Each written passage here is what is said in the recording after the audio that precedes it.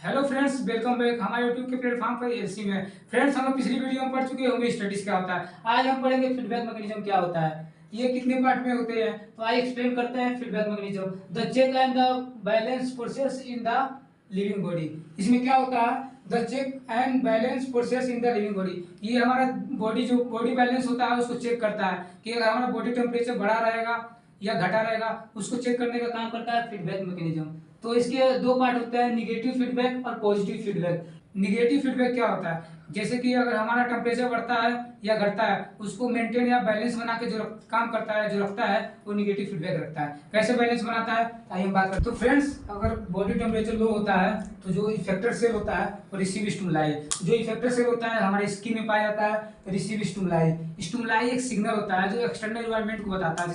जैसे कि external environment का टेम्परेचर अगर लो हुआ होगा, जैसे कि ज्यादा ठंड पड़ी होगी, तो स्टिमुलाई सिग्नल भेजेगा इफेक्टर सेल को। इफेक्टर सेल सिग्नल भेजेगा ब्रेन को। ब्रेन के अंदर हाइपोथैलेमस जो पार्ट होता है सिग्नल भेजता है, वो ब्लड वेसल्स नैरो के पास भेजता है। अब ब्लड वेसल्स नैरो क्या करता है, वैसोकंस्ट्रिक्शन का काम करता है। वैसोकंस्ट्रिक्शन क्या होता है, जो हिंदी में कहा जाता है इसे सिकुड़ना, जिससे कि हमारा स्किन और ब्लड वेसल इन दोनों के बीच स्पेस बनाए रखने के लिए वैसोकंस्ट्रिक्शन वहाँ पे वर्क करता है, जिससे कि हमारा बॉडी टेम्परेचर इंक्रीज होता है। तो अब यहाँ पर बॉडी टेम्परेचर इंक्रीज हो जाएगा, जिससे कि हमारा बॉडी टेम्परेचर का जो बॉडी टेम्परेचर हो वो 37 डिग्री सेल्सियस में आ जाएगा। तो फ्रेंड्स, अगर हमारा बॉडी टेम्परेचर इंक्रीज यानी बढ़ता है, तो उस कंडीशन में जो होमियोस्टेटिस होता है, जो निगेटिव फीडबैक होता है, वो कैसे काम करता है, कैसे वर्क करता है, आइए हम आपको समझाने की कोशिश करते हैं। तो जैसे ये हो गया, अगर हमारा 37 डिग्री सेल्सियस से अगर ज़्यादा बढ़ेगा, निगेटिव फीडबैक अगर ज़्यादा बढ़ेगा, तो इफेक्टर सेल रिसीव स्टिमुलाई। जो इफेक्टर सेल होता है हमारे स्किन में पाया जाता है रिसीव स्टिमुलाई।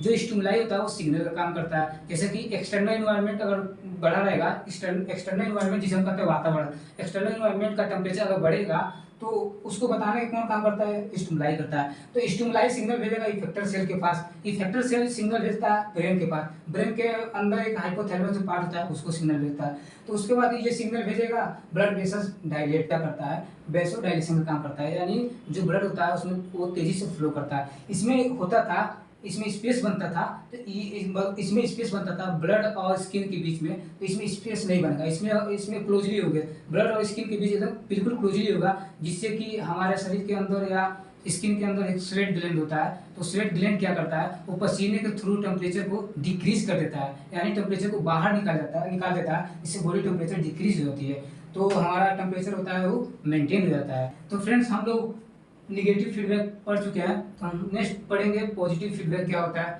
आइए हम एक्सप्लेन करते हैं पॉजिटिव फीडबैक क्या होता है। तो फ्रेंड्स, हम लोग निगेटिव फीडबैक पढ़ चुके हैं, हम पढ़ेंगे पॉजिटिव फीडबैक क्या होता है।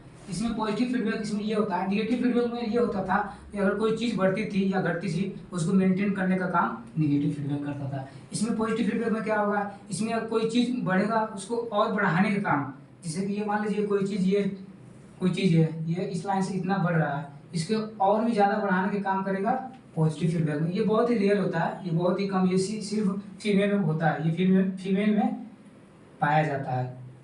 Baby push against cervix causing it to stretch. तो सर्विक्स क्या होता है, सर्विक्स वो होता है जिससे मतलब बेबी या बच्चा बाहर आता है। यूट्रस जिसे हम गर्भाशय कहते हैं या बच्चादानी कहते हैं।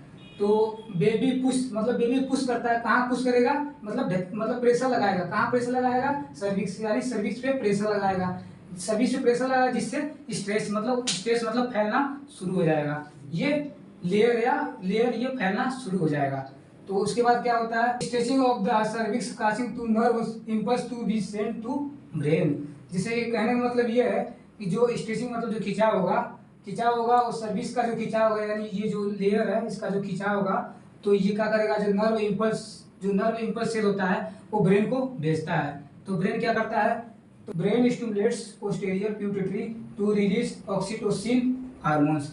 इसमें क्या होता है, ब्रेन स्टिमुलेट करता है, क्या स्टिमुलेट करता है, posterior pituitary gland. Posterior pituitary gland होता है जो रिलीज करता है ऑक्सीटोसिन हार्मोन्स को। ऑक्सीटोसिन हार्मोन्स क्या करता है, जो ऑक्सीटोसिन हार्मोन्स होता है स्टिमुलेट करता है यूट्रिन कंस्ट्रक्शन को।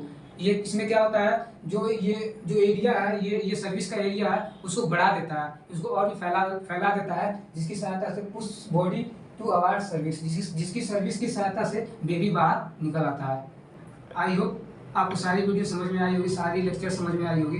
अगर समझ में आया हो तो लाइक करें, सब्सक्राइब करें, शेयर करें और हमें सपोर्ट देते रहे, हमें प्यार देते रहे। धन्यवाद। जय हिंद।